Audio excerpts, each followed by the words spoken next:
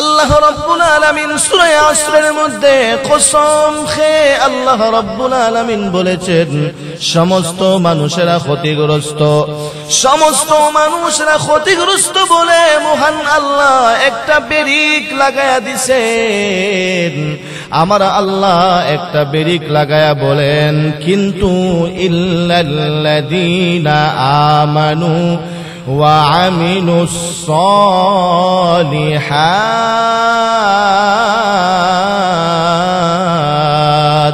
আল্লাহ বলেন সমস্ত মানুষরা ক্ষতিগ্রস্ত, তবে চার দল মানুষ ক্ষতিগ্রস্ত হবে না। এর মধ্যে এক নাম্বার দল হলো ঈমানওয়ালা। যারা ঈমানওয়ালা, যাদের ঈমান আছে, ওরা কোনোদিন ক্ষতিগ্রস্ত হবে না। ও মুসলমান, আর যাদের ঈমান নাই তাদের এই দেহের কোনো মূল্য নাই, যাদের ঈমান নাই তাদের এই জীবনের কোনো মূল্য নাই। প্রিয় ভাইয়েরা আমার, যাদের ঈমান নাই, ইহুদি খ্রিস্টান বেঈমান, যাদের ঈমান নাই, ওরা মরতে দেরি হবে। জাহান্নামের ফেরেশতারা জাহান্নামের বেড়ি লাগাইয়া ওদেরকে জাহান্নামের মধ্যে নিক্ষেপ করতে একটা সেকেন্ড দেরি হবে না। বেঈমানেরা মরে গেলে সঙ্গে সঙ্গে চিরকালের জন্য ওদেরকে জাহান্নামে নিক্ষেপ করা হবে। ও মুসলমান, আর যাদের ঈমান আছে, ঈমান, যারা ঈমানওয়ালা, তাদের দুনিয়াতেও সম্মান আছে। যারা মুমিন, তাদের মরণের পরেও সম্মান আছে। প্রিয় ভাইয়েরা আমার, যাদের ঈমান আছে, ঈমানওয়ালা, আল্লাহ রাব্বুল আলামিন মরণের পরেও তাদেরকে সম্মান দিবেন।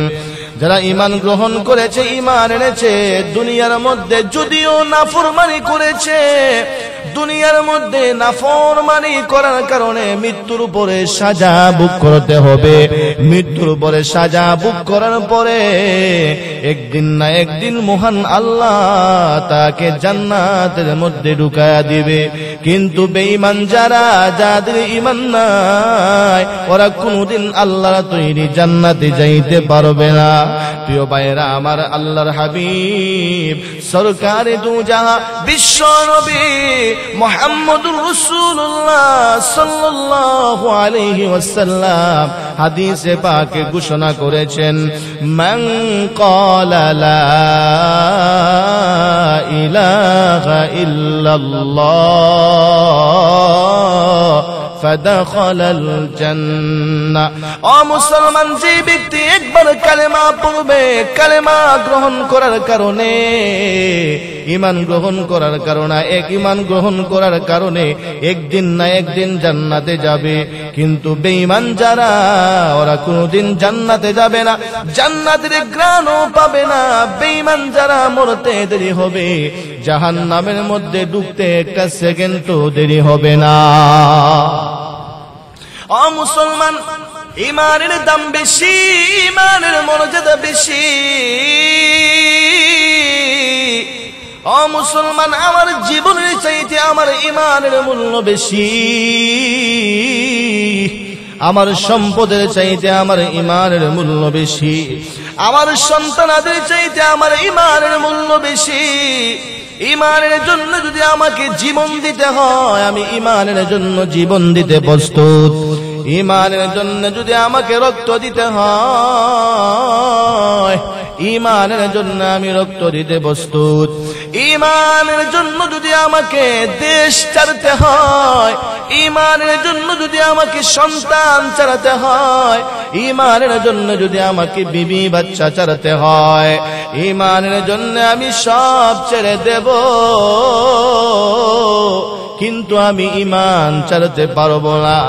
ও মুসলমান, আমার অন্তরে সাহাবাওয়ালা ঈমান ঢুকাইতে হবে। আমার ঈমান কি সাহাবায়ে কেরামের ঈমানের মতো আমার ঈমানকে মজবুত করা লাগবে। ও মুসলমান, এখন তো আমাদের ঈমান দুর্বল। আমাদের ঈমান ৫,০০০ টাকার কাছে বিক্রি হয়ে যায়। বাংলাদেশের মুসলমানের ঈমান ১ লক্ষ টাকায় বিক্রি হয়ে যায়, বিক্রি হয়ে যায়।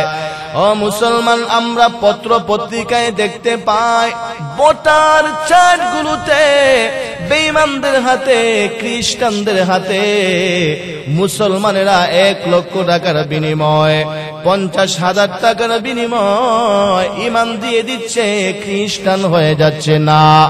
ও মুসলমান না, যদি আমি না খেয়েও থাকি, যদি আমার খাবার নাও জুটে, আমাকে যদি উপবাস থাকতে হয়, এরপরও আমি ঈমান ছাড়ব না। সাহাবায়ে কেরাম উপবাস থেকেছে, এরপরও ঈমান ছাড়ে না, ঈমানকে ধ্বংস করে দেয় নাই। প্রিয় ভাইয়েরা আমার, ঈমানের বড় মূল্য, ঈমানের বড় মর্যাদা।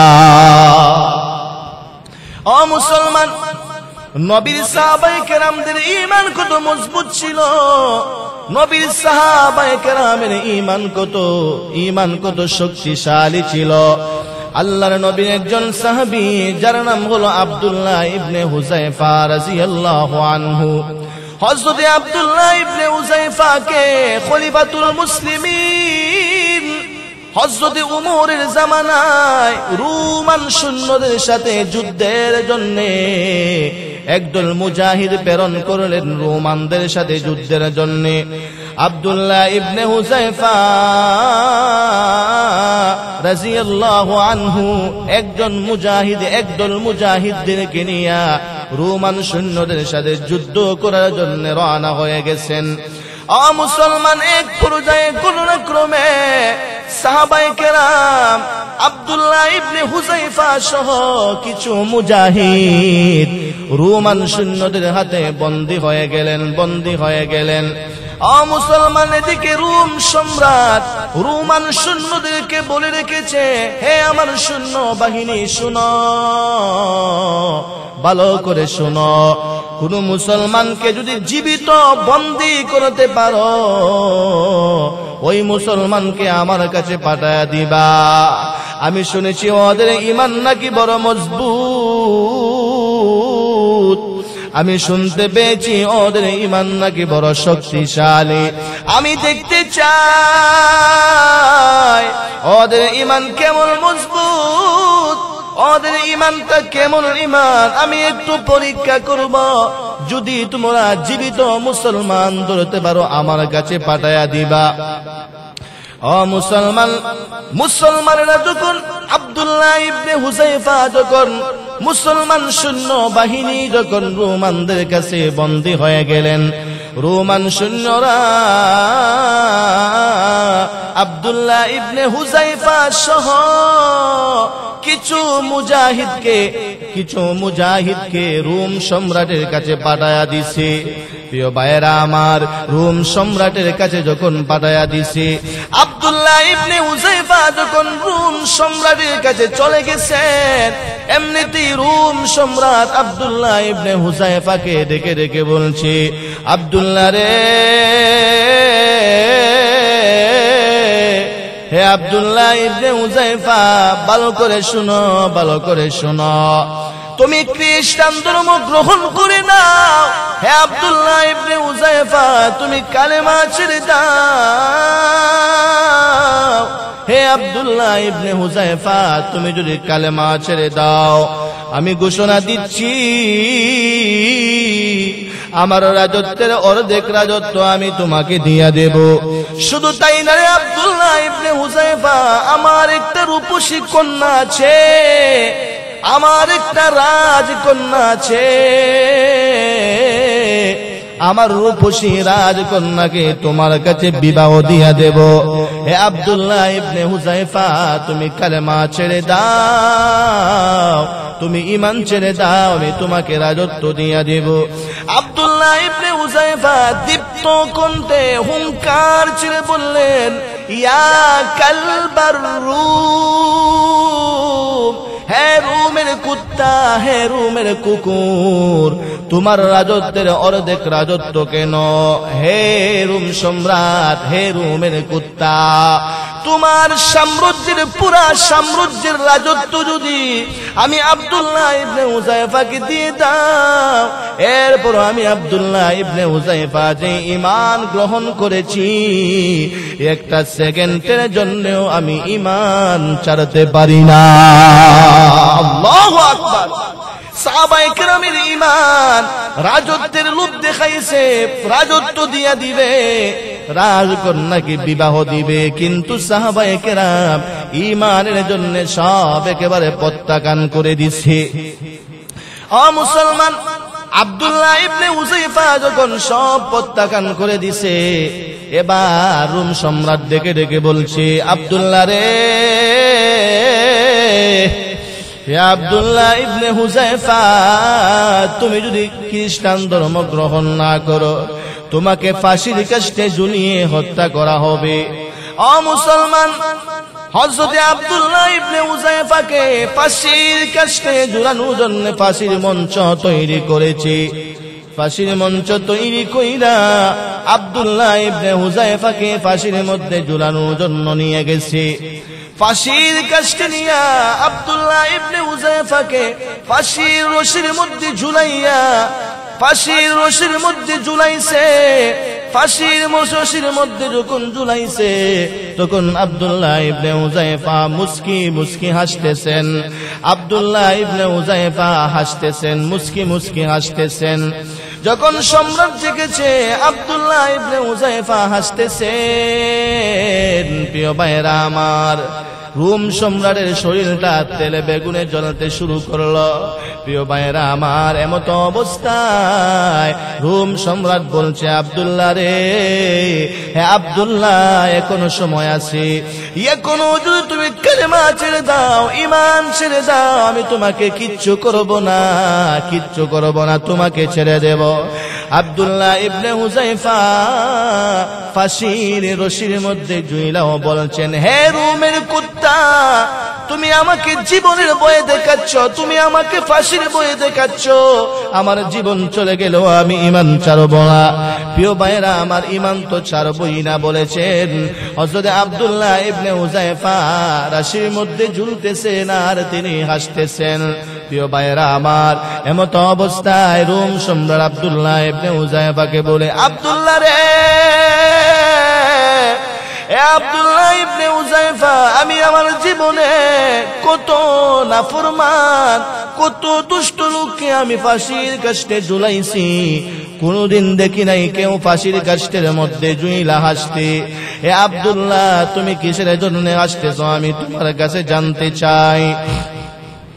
আব্দুল্লাহ ইবনে হুযায়ফা ডেকে ডেকে বলছেন, হে রোম সম্রাট, তুমি আমাকে ফাঁসির মধ্যে ঝুলাইয়া আমার দেহকে তুমি কষ্ট দিবে। হ্যাঁ রোম সম্রাট, তুমি আমার দেহরে কষ্ট দিবে, তুমি আমাকে ফাঁসির কাস্টে ঝুলিয়ে কষ্ট দিবে না, তুমি আমাকে ফাঁসির কাস্টে ঝুলিয়ে কষ্ট দিতে পারবে না।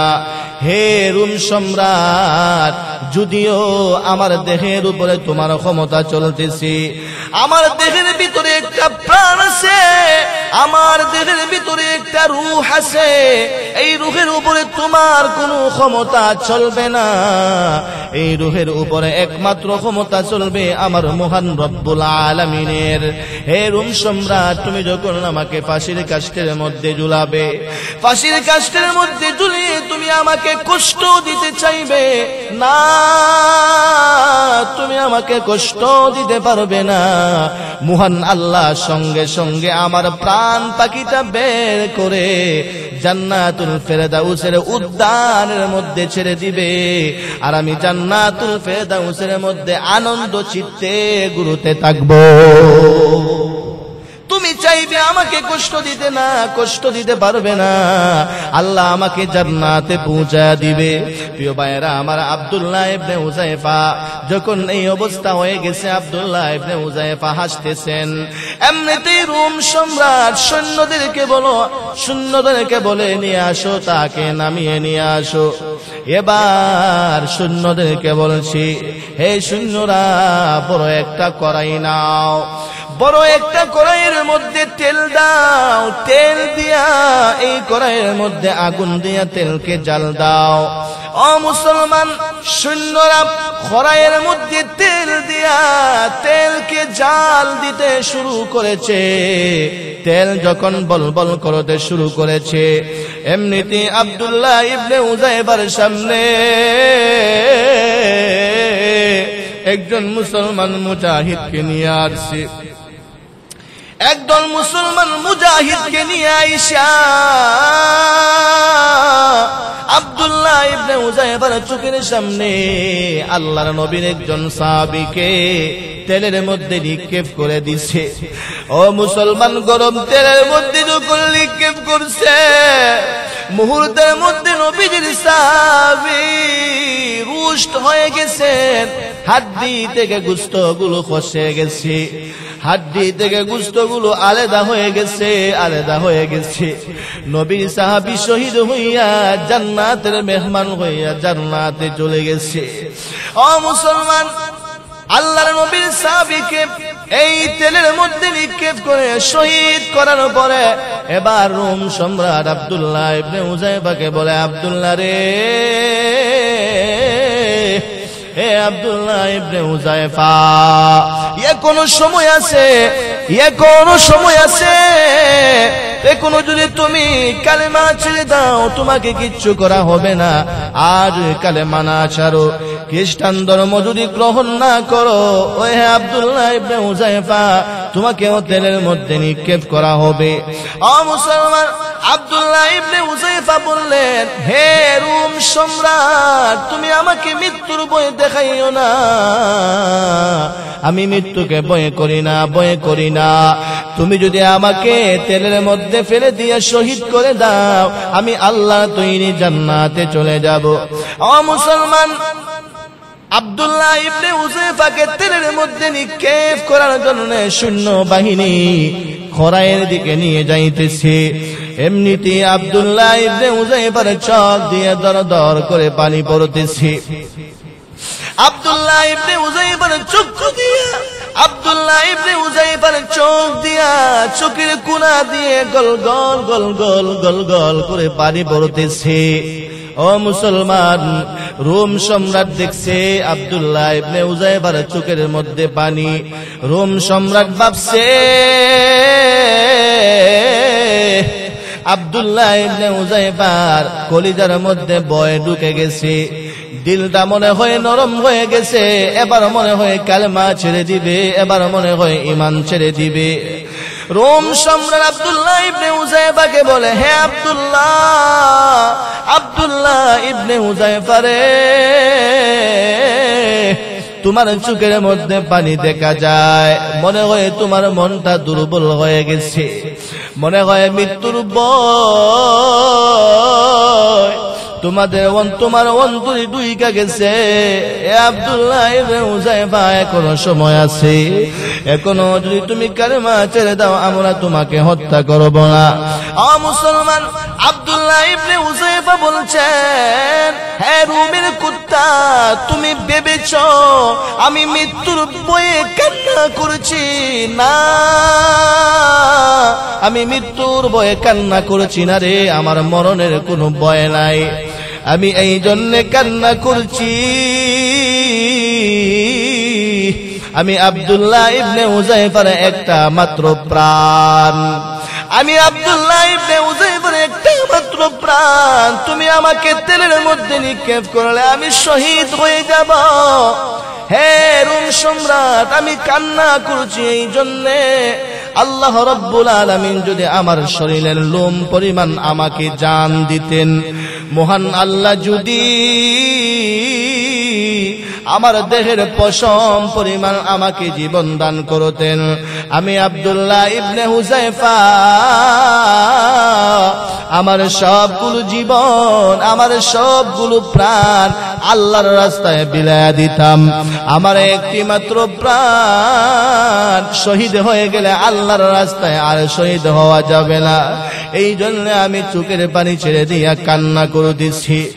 ও মুসলমান, এমত অবস্থায় রোম সম্রাট ভেবে দেখেছে আব্দুল্লাহ ইবনে হুযায়ফাকে ধর্মান্তরিত করা যাবে না, আব্দুল্লাহ ইবনে হুযায়ফাকে গায়েল করা যাবে না। এবার আব্দুল্লাহ ইবনে হুযায়ফাকে ধ্বংস করে দেওয়ার জন্য নতুন কৌশল অবলম্বন করেছে। মুসলমান কি কৌশল অবলম্বন করছে?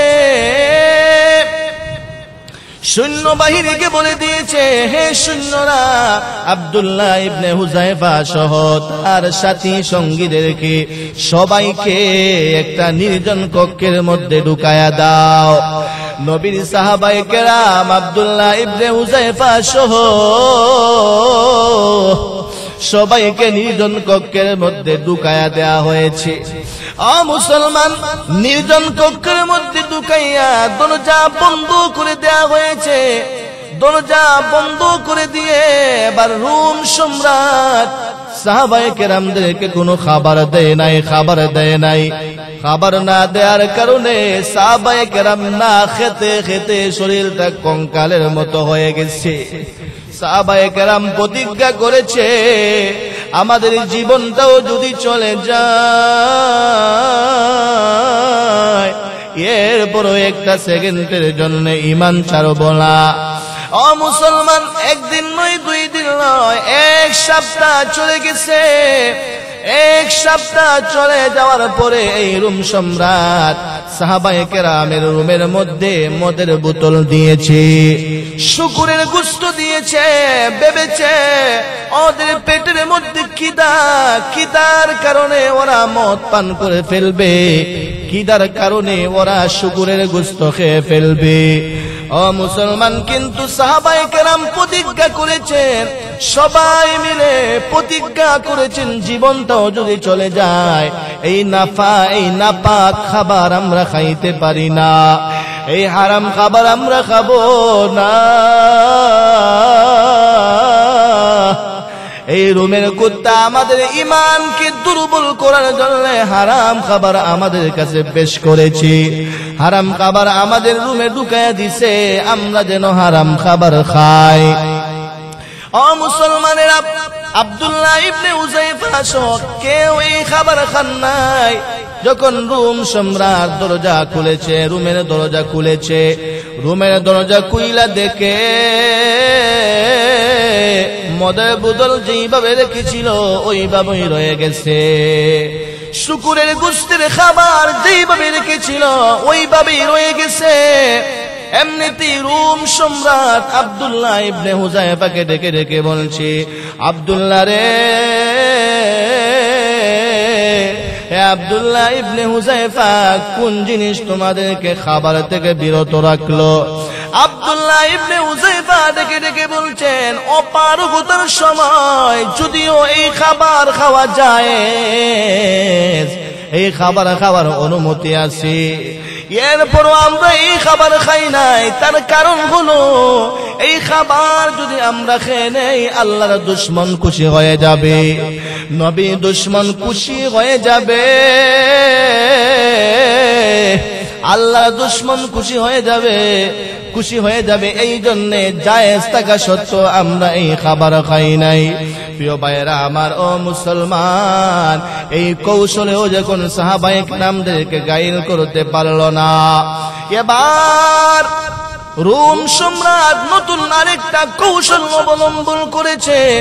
এবার সৈন্য বাহিনীদেরকে বলে, হে সৈন্যরা, আব্দুল্লাহ ইবনে হুযায়ফাকে নতুন আরেকটা কক্ষের মধ্যে ঢুকায়া দাও। আব্দুল্লাহ ইবনে হুযায়ফাকে নতুন আরেকটা কক্ষের ভিতরে ঢুকায়া দেওয়া হয়েছে। আব্দুল্লাহ ইবনে হুযায়ফাকে নতুন আরেকটা কক্ষের ভিতরে ঢুকাইয়া একজন রূপসী সুন্দরী মেয়ে, একটা সুন্দরী মেয়েকে এই ঘরের ভিতরে নির্জন কক্ষের ভিতরে ঢুকায়া দিছে, যেন আব্দুল্লাহ ইবনে হুযায়ফা যেন খারাপ কাজের মধ্যে লিপ্ত হয়ে যান।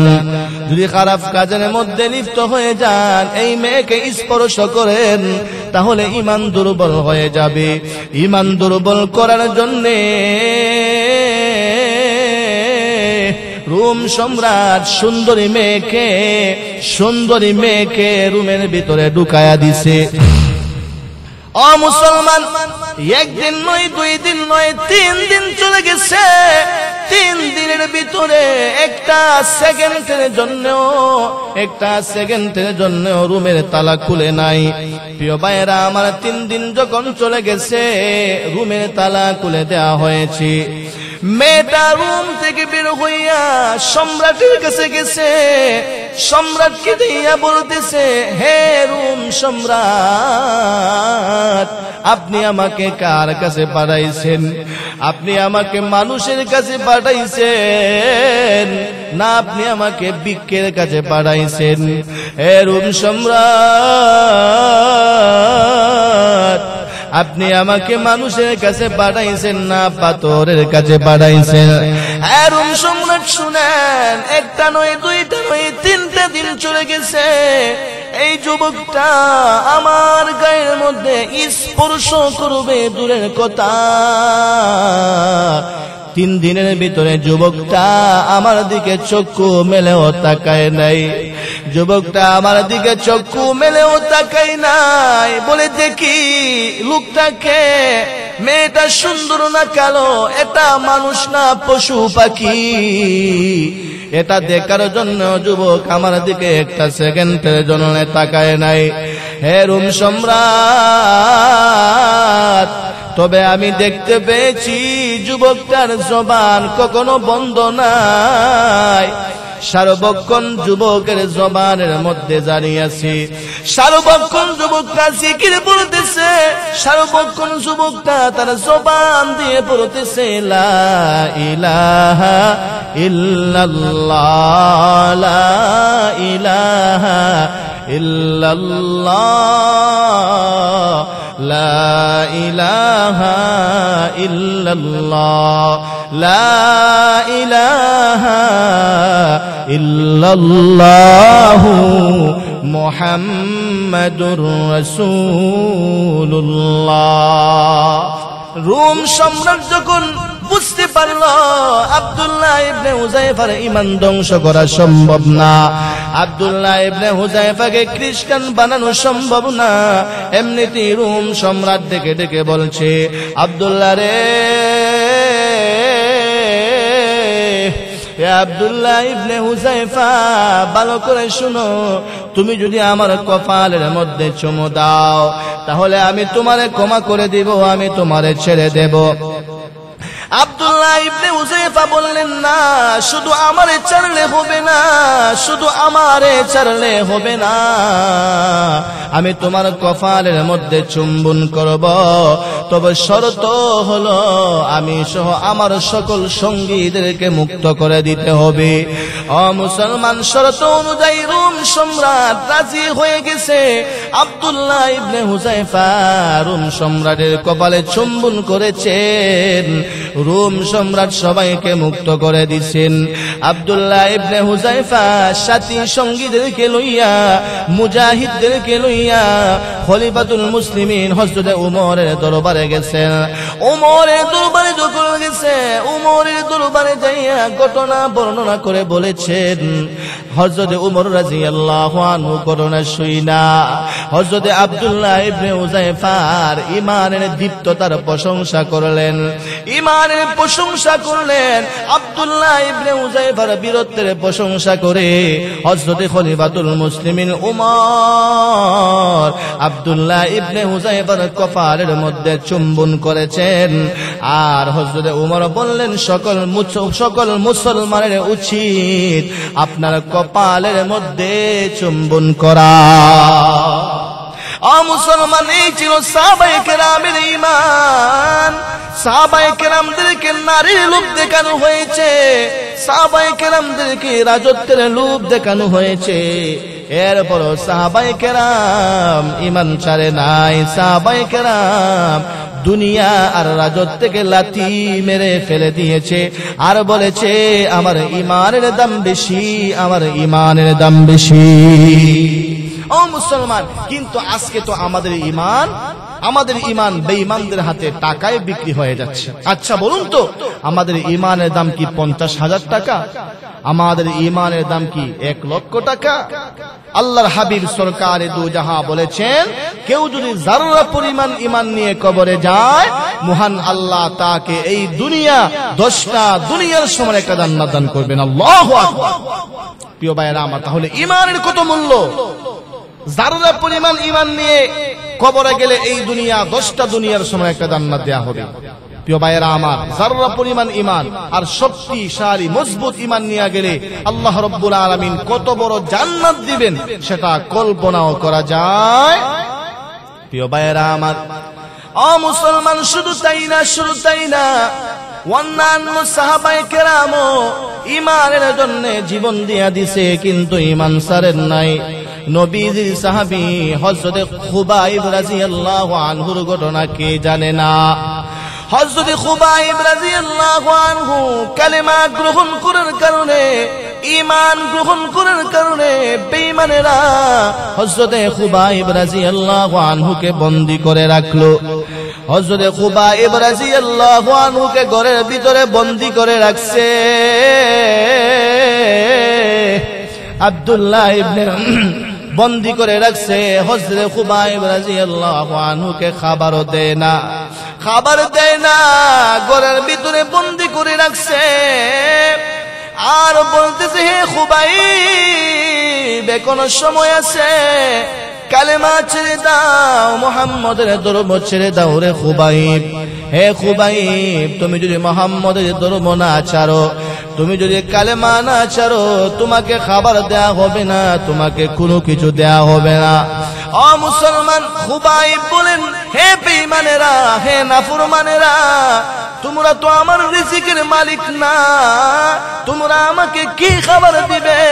তোমরা আমাকে রিজিক দিতে হবে না, আসমান জমিনের মালিক মহান আল্লাহ, দয়াময় আল্লাহ আমার রিজিকের ব্যবস্থা করে দিবে। তোমরা আমার রিজিকের ব্যবস্থা করতে হবে না, আমার আল্লাহ আমার রিজিকের ব্যবস্থা করে দিবে। মুসলমান, হযরত খুবাইব রাদিয়াল্লাহু আনহু বন্দী ঘরের ভিতরে রাত্রি বেলা হযরত খুবাইব আল্লাহর কোরআনের তেলাওয়াত করেন, আর মহান আল্লাহ জান্নাত থেকে জান্নাতি ফুল পাঠায়া দেয়, জান্নাতের আঙ্গুর পাঠায়া দেয়, জান্নাতের আপেল পাঠায়া দেন। মহান আল্লাহ জান্নাত থেকে জান্নাতের কমলা পাঠায়া দেন। প্রিয় ভাইয়েরা আমার, হযরত খুবাইব রাদিয়াল্লাহু আনহু কে বন্দী করে রাখছে, খাবার দেয় নাই, কিন্তু মহান আল্লাহ হযরত খুবাইব রাদিয়াল্লাহু আনহুকে খাবারের ব্যবস্থা করে দিছে। মুসলমান, বেঈমানেরা বলছে, খুবাইব, তুমি যদি কালেমা না ছাড়ো, তুমি যদি ঈমান না ছাড়ো, তোমাকে ফাঁসির কাস্টে ঝুলানো হবে। খুবাইব রে, তোমাকে হত্যা করা হবে। এলাকার মধ্যে জানিয়ে দেয়া হয়েছে, মক্কার মধ্যে ঘোষণা করে দেয়া হয়েছে, খুবাইব মুসলমানকে বন্দী করা হয়েছে, এই খুবাইবকে হত্যা করা হবে অমুক দিন। হযরত খুবাইব রাদিয়াল্লাহু আনহুকে হত্যা করার জন্য মঞ্চ তৈরি করা হয়েছে। হযরত খুবাইব রাদিয়াল্লাহু আনহুকে হত্যা করার জন্য যখন রাস্তা দিয়ে নিয়ে যায়, মুসলমান, ইহুদি খ্রিস্টানেরা, বেঈমানেরা হযরত খুবাইব রাদিয়াল্লাহু আনহুর পিছনে যায়। হাজার হাজার বেঈমানেরা যায়। আজকে বেঈমান খুবাইবকে, আজকে খুবাইবকে, মুসলমান খুবাইবকে হত্যা করা হবে। সবাই তামাশা দেখবে, তামাশা দেখার জন্য ওরা রাস্তা দিয়ে খুবাইবের পিছনে যায়। মুসলমান, হযরত খুবাইব রাদিয়াল্লাহু আনহুকে হত্যার মঞ্চের নিকটে নিয়ে যাওয়া হয়েছে। আব্দুল্লাহ ইবনে হত্যার নিকটে নিয়ে যাওয়া হয়েছে। হযরত খুবাইব রাদিয়াল্লাহু আনহুকে হত্যা করা হবে। এমত অবস্থায় বেঈমানেরা হযরত খুবাইব রাদিয়াল্লাহু আনহুকে ডেকে ডেকে বলছে, হে খুবাইব রে, তোমার জীবনের অন্তিম মুহূর্তে তোমার কোনো চাওয়া পাওয়া আছে কিনা? তুমি কিছু চাও কিনা? তোমার মনে কোনো কিছু চাই কিনা? হযরত খুবাইব রাদিয়াল্লাহু আনহু বলছেন, হে বেঈমানেরা, আমার এই অন্তিম মুহূর্তে আমি দুনিয়ার কোনো মানুষকে দেখতে চাই না, দুনিয়ার কোনো খাবারেরও আমার প্রয়োজন নাই। হে বেঈমানেরা, আমার এই অন্তিম মুহূর্তে তোমাদের কাছে আমার চাওয়া হলো, তোমরা আমাকে ওজুর পানি দাও রে, তোমরা আমাকে ওজুর পানি দাও। তোমরা আমাকে ওযুর পানি দাও, আমি সুন্দর করে ওযু করে নামাজের মধ্যে দাঁড়াইয়া আমার মহান আল্লাহর সাথে আমি কথা বলতে চাই। ও মুসলমানেরা, বেঈমানেরা, হযরত খুবাইব রাদিয়াল্লাহু আনহুর জন্য ওযুর পানি নিয়ে আসছি। হযরত খুবাইব রাদিয়াল্লাহু আনহু সুন্দর করে ওযু করেছেন। সুন্দর করে ওযু কইরা হযরত খুবাইব আল্লাহু আকবার বলে নামাজের মধ্যে দাঁড়ায়া গেছে। খুবাইব যখন নামাজের মধ্যে দাঁড়ায়া গেছে, নামাজের মধ্যে বড় মজা লাগতেছে।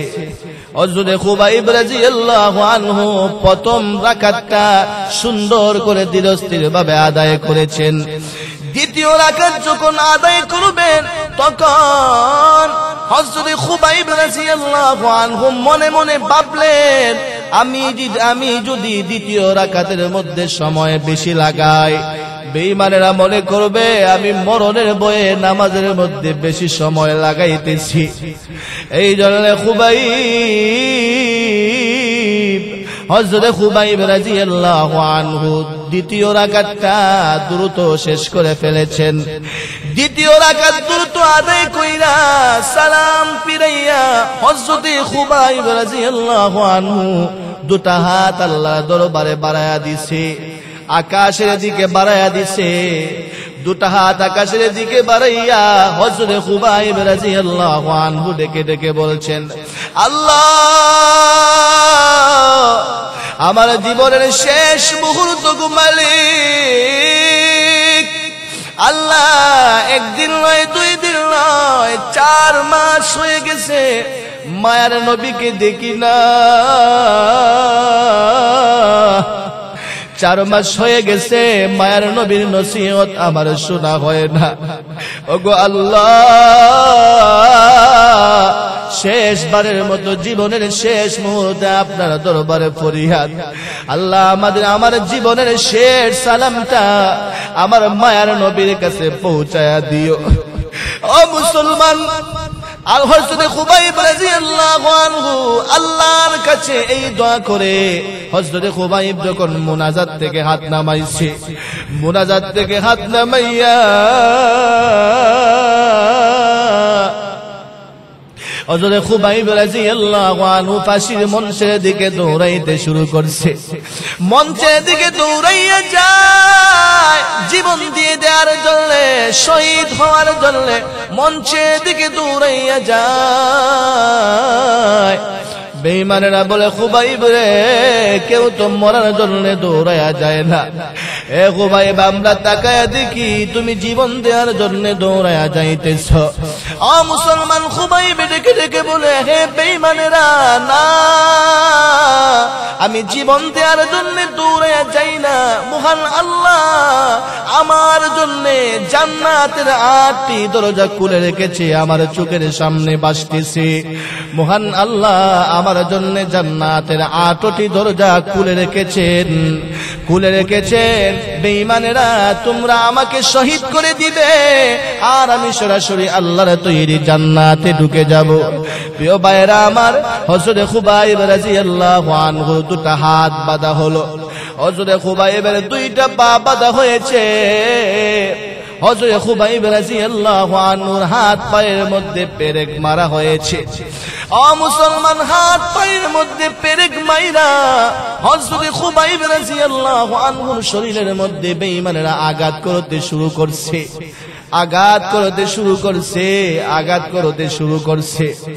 যেইভাবে ও মুসলমান, যেইভাবে আমাদের মা বোনেরা অনেক সময় দেখা যায় মুরব্বা বানায়, মুরব্বা বানাইতে যাইয়া মুরব্বার মধ্যে মিষ্টির চামচ দিয়া কেসতে থাকে। বেঈমানেরা হযরত খুবাইব রাদিয়াল্লাহু আনহুর শরীরের মধ্যে এইভাবে আঘাত করতেছে। ও মুসলমান, বেঈমানদের আঘাতে হযরত খুবাইব রাদিয়াল্লাহু আনহুর পুরো শরীর রক্তাক্ত হয়ে গেছে। এক পর্যায়ে এক বেঈমান ডেকে ডেকে বলে, হে খুবাইব, এখনো সময় আছে রে খুবাইব, এই মুহূর্তে তুমি যদি একটা কাজ করতে পারো, এখনো তোমাকে প্রাণে ছেড়ে দেওয়া হবে, তোমাকে ক্ষমা করে দেওয়া হবে, তোমাকে মুক্ত করে দেওয়া হবে।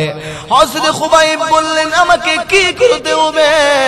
এমনিতেই বেঈমান বলে তুমি যদি তোমার মুহাম্মদকে গালি দিতে পারো, তাহলে এখনই তোমাকে মুক্ত করে দেওয়া হবে। প্রিয় ভাইয়েরা আমার, যখন বেঈমান এই কথা বলেছে, হযরত খুবাইব রাদিয়াল্লাহু আনহু অগ্নিশর্মা হয়ে গেলেন, হাত পা বাঁধা। হযরত খুবাইব মুখের মধ্যে থু জমা করেছেন, থু। যখন মুখের মধ্যে থু জমা করেছেন, থু জমা কইরা যেই বেঈমান বলেছিল নবীকে গালি দেওয়ার জন্য, হযরত খুবাইব মুখ ভরা থু তার মুখের মধ্যে নিক্ষেপ করেছে। আর খুবাইব বলতেছেন, হে বেঈমান, আমি খুবাইবের সামনে চুল পরিমাণ অসম্মানী আমার নবীকে কেউ করবে? আমি খুবাইব সহ্য করতে পারি না। আমার চোখের সামনে করলে আমি তাকে কোনদিন ছেড়ে দিতে পারি না। ও মুসলমান, হযরত খুবাইব রাদিয়াল্লাহু আনহুকে ফাঁসির কাস্টে ঝুলিয়ে দেওয়া হয়েছে। হযরত খুবাইব রাদিয়াল্লাহু আনহুকে হত্যা করার জন্য আঘাত করা হচ্ছে। বেঈমানেরা হযরত খুবাইবের একটা অঙ্গ করে কেটে ফেলতেছে। বেঈমান হযরত খুবাইবের হাতের মধ্যে আঘাত করেছে, হাতটা কেটে জমিনের মধ্যে পড়ে গেছে। ও মুসলমান, এইভাবে হযরত খুবাইব রাদিয়াল্লাহু আনহুকে কষ্ট দেয়া হচ্ছে, নির্যাতন করা হচ্ছে।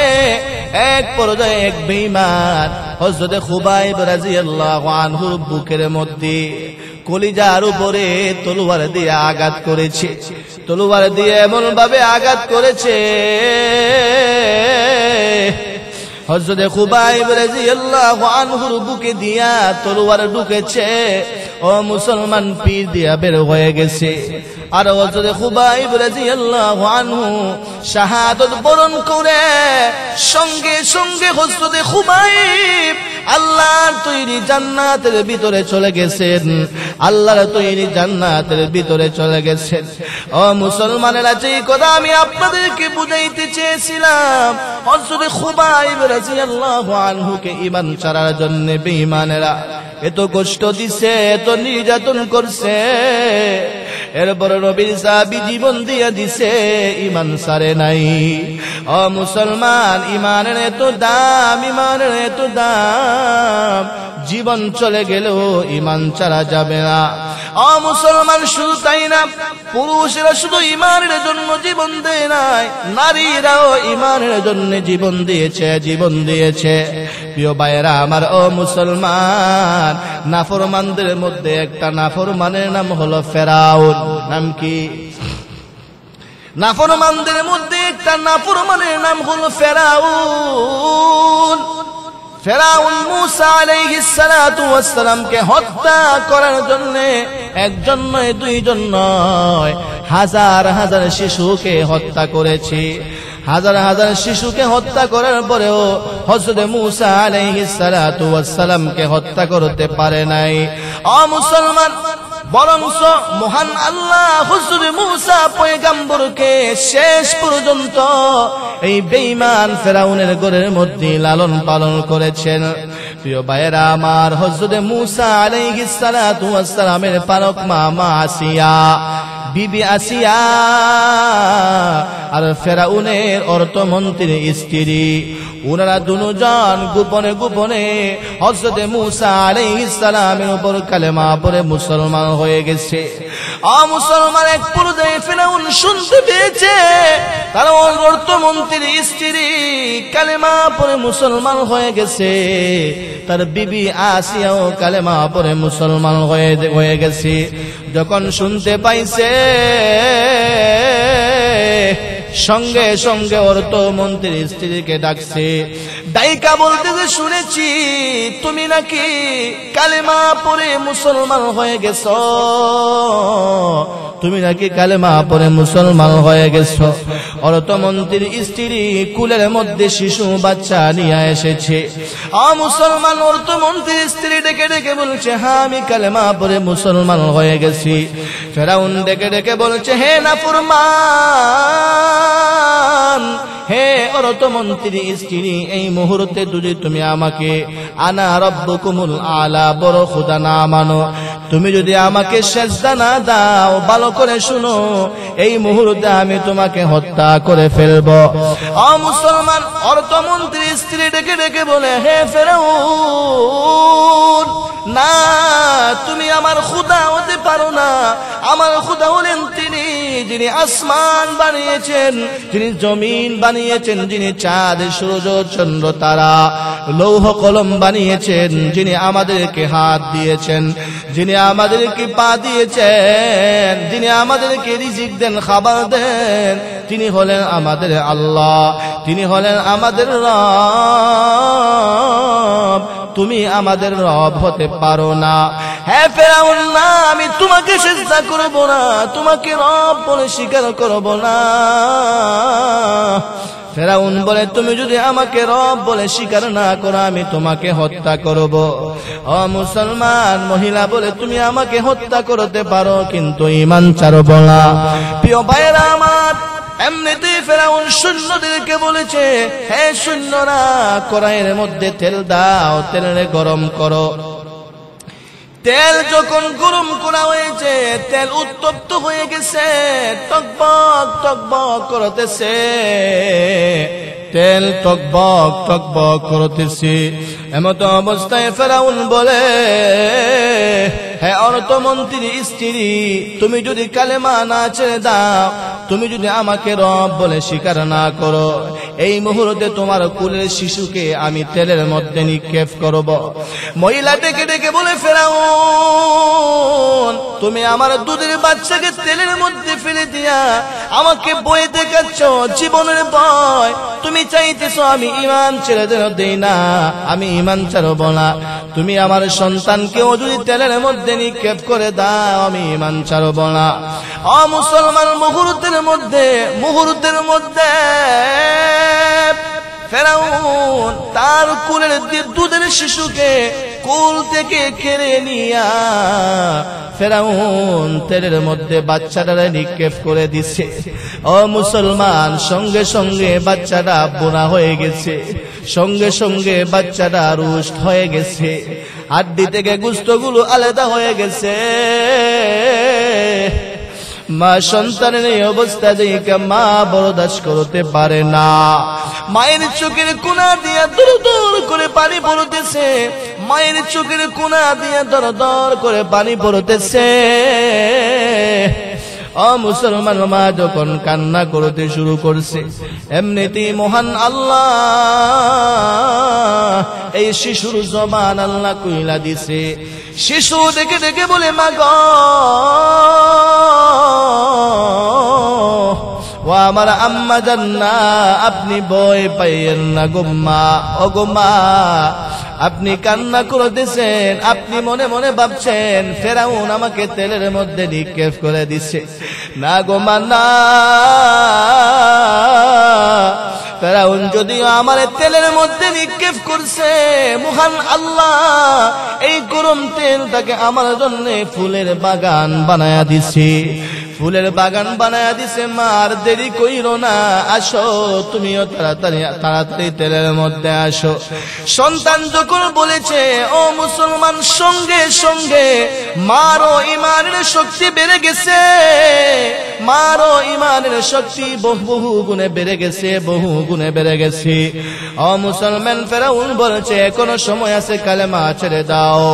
মহিলা ডেকে ডেকে বলছে, ফেরাউন জীবন চলে যাবে, ইমান ছাড়া যাবে না। মুসলমান মহিলাকেও তেলের মধ্যে নিক্ষেপ করে হত্যা করেছে, শহীদ করে দিয়েছে। মুসলমান মহিলারাও ইমানের জন্য জীবন দিছে, কিন্তু কোনদিন ইমান ছাড়ে নাই। প্রিয় ভাইয়েরা আমার, শুধু তাই না, ফেরাউনের বিবি আসিয়া তিনিও তো কালেমা পড়ে মুসলমান হয়ে গেছেন। মুসলমান ফেরাউনের বিবিকে ডেকে ডেকে বলছে, হে আমার বিবি আসিয়া, আসিয়া রে, তোমারে আমি এত ভালোবাসি, তোমারে আমি এত মোহব্বত করি আসিয়া। একদিন নয়, 2 দিন নয়, জীবনের অর্ধেকটা জীবন আমরা একসাথে কাটায়া দিছি আসিয়া গো। শুধু তাই না, জীবনের অর্ধেকটা জীবন একটা রুমের মধ্যে আমরা থেকে থেকে কাটায়া দিছি। আমরা দুজন এক বিছানায় ঘুমাইছি। আসিয়া, মিশরের সমস্ত মানুষেরা আমাকে আনা রব্বুকুমুল আলা বলে, আমাকে খোদা বলে স্বীকার করে। হে আসিয়া, কিন্তু তুমি আমাকে খোদা বলো না, এর চাইতে বড় কষ্ট আমার আর নাই। আসিয়া বলে, হে ফেরাউন, তুমি আমার খোদা হতে পারো না, আমি তোমাকে খোদা বলতে পারি না। আমার খোদা হলেন তিনি, যিনি আসমান বানাইছেন, যিনি জমিন বানাইছেন, যিনি সারা পৃথিবীর মালিক, তিনি হলেন আমার আল্লাহ। না, আমি তোমাকে খোদা রব বলতে পারবো না।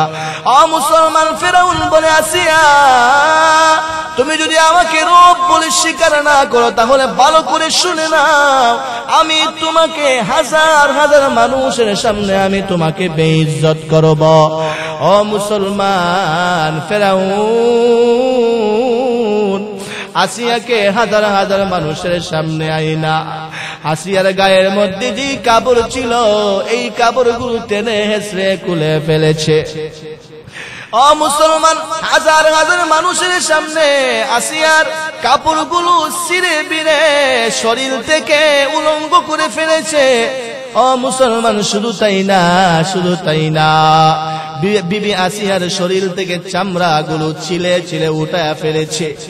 বিবি আসিয়ার শরীর থেকে শরীরের চামড়াগুলো ছিলে ছিলে উঠায়া ফেলেছে। উঠাইয়া আসিয়াকে উত্তপ্ত মরুভূমির মধ্যে, উত্তপ্ত রোদের তাপের মধ্যে, জমিনের মধ্যে ফেলে রাখছে। ও মুসলমান, এমন সময় আসিয়া আল্লাহকে ডেকে ডেকে বলে, ومريم ابنة عمران التي أحسنت فرجها فنفخنا فيها من روحنا। ও মুসলমান, সূরা তাহরীমের মধ্যে আল্লাহ তাআলা বলেছেন, আসিয়া আল্লাহ দরবারে প্রার্থনা করেছেন, আল্লাহ, ফেরাউন আমাকে নির্যাতন করতেছে, ঈমান গ্রহণ করার কারণে আমারে কষ্ট দিতেছে, ঈমান গ্রহণ করার কারণে আমারে এত নির্যাতন, আল্লাহ আপনি আমারে সাহায্য করেন। আল্লাহ, আপনার দরবারে ফরিয়াদ, জান্নাতের মধ্যে আপনার পাশে আমার জন্য একটা ঘর বানায়েন। ও মুসলমান, বিবি আসিয়ার দোয়া আল্লাহ কবুল আর মঞ্জুর করে কুরআনের মধ্যে মহান আল্লাহ এটাকে কোট করে দিয়েছেন। আল্লাহ তাআলা আয়াত নাযিল করে দিয়েছেন, মহান আল্লাহ বিবি আসিয়ার জন্য জান্নাতের ভিতরে একটা ঘর বানায়া দিছে। মুসলমান, যে কথা বুঝাইতে চেয়েছিলাম, ঈমানের জন্য শুধু পুরুষের জীবন দেয় নাই, ঈমানের জন্য নারীরাও জীবন দিয়েছে, নারীরাও জীবন দিয়েছে। প্রিয় ভাইয়েরা আমার, আমাদেরকে জেনে রাখতে হবে আমাদের ঈমানের মূল্য বেশি। ঈমান যদি না থাকে আমাদের এই জীবনের কোনো মূল্য নাই। এই জন্য ঈমানের জন্য আমরা জীবন দিতে পারি, ঈমানের জন্য আমরা রক্ত দিতে পারি, ঈমানের জন্য সব ছাড়তে পারে, কিন্তু ঈমানদার কোনোদিন ঈমান ছাড়তে পারে না, কোনোদিন মুসলমান ঈমান ছাড়তে পারে না। প্রিয় ভাইয়েরা আমার, ও মুসলমান, আমাদেরকে ঈমানওয়ালা হতে হবে, আমাদের ঈমানকে মজবুত করতে হবে, আমাদের ঈমানকে শক্তিশালী করতে হবে। আমাদের ঈমান যদি মজবুত হয়, শক্তিশালী হয়, এই ঈমানের উসিলায় আমরা আল্লাহর তৈরি জান্নাতে চলে যাব। প্রিয় ভাইয়েরা আমার, মহান আল্লাহ আমাদের সকলকে ঈমান নিয়ে কবরে যাওয়ার তৌফিক দান করুন। ওয়া আখিরু দাওয়ানা আনিল হামদুলিল্লাহি রাব্বিল আলামিন। আসসালামু আলাইকুম ওয়া রাহমাতুল্লাহ।